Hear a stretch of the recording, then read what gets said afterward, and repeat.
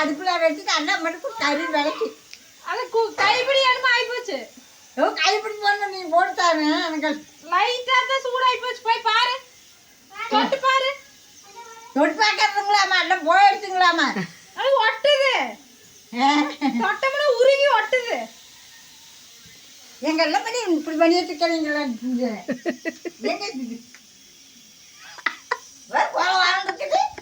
என்ன ஒரு நடிப்பு ஆயிடுச்சு. சாமி நடிப்புனா ஆயிப்போச்சு பாருங்க. எப்படி ஆயிடுச்சு நடிப்பு கலஞ்சியா நம்மளோட வீடு அடிக்கிறதுல போயிடுச்சுன்னு நாளைக்கு இல்ல. இதை பிராங்க் பண்ணலான்னு பார்த்தா இது உங்களை பண்றது பாருங்க. கொலகொலன்னு ஆயிடுச்சுமா.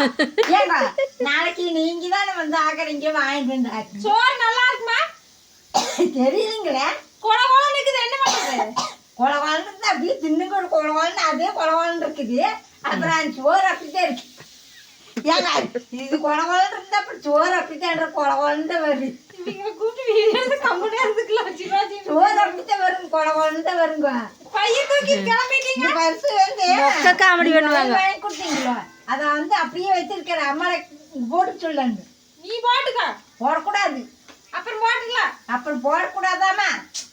போடுறாங்க எல்லாருமே. கழிச்சு சொல்றாங்க எல்லாரும் போட்டுக்கிறாங்க. போட்டுக்கலாம். எல்லாரும் வாடான்ட்டாங்க. நம்மளுக்கு சரி, சாப்பாடு விசில் அடங்கினதுக்கு அப்புறம் எப்படி இருக்குன்னு பார்த்துட்டு டேஸ்ட் எப்படி இருக்குன்னு பெரியமாட்ட கேட்டு தெரிஞ்சுக்கலாம். வெயிட் பண்ணுங்க. ஒரு வழியே சாப்பாடு ரெடி ஆயிடுச்சு. ஆனால் தண்ணி எப்படி ஊற்றணும்னு தெரியல. சூப்பராக இருக்குதுமா. இங்கே வாரு, உதிரியா தெரியுதா? கீழே இறஞ்சிட மாட்டேங்குது. ஓரமாக தள்ளாத. இந்த வீடியோ எடுக்கிறதுனால எனக்கு கை வந்து நம்ம செஞ்சோமே எப்பவுமே சூப்பராக இருக்கு. இங்கே வாருங்க, சூப்பரான பிரியாணி ரெடி.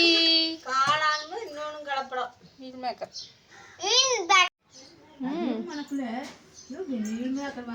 ஃப்ரெண்ட்ஸ் இங்கே பாருங்க, செஞ்சாச்சு. வாங்க சாப்பிட்லாம். உப்பு மட்டும் லைட்டாக பத்தலைங்களாம்மா. தெரியுமா, ரொம்பவுமே உப்பு சாப்பிடு. அது என்ன சொல்ல போகுது தெரியல. நம்மளுக்கு கரெக்டாக இருந்தாலும் அது பத்தலைங்க.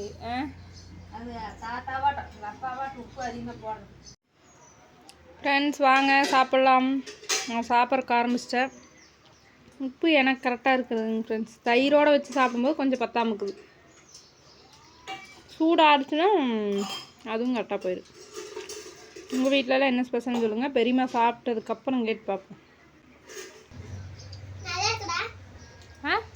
சாப்பிட்டது சுட்ட வந்துருச்சுங்க. உப்பு பத்தலையா? வேண்டாங்க. உப்பு உப்பெல்லாம் கரெக்டாக இருக்குது. கரெக்டாக இருக்குது. பாருமா எப்படி கஷ்டமாக இருக்குங்க. சாப்பாடு கரெக்டு.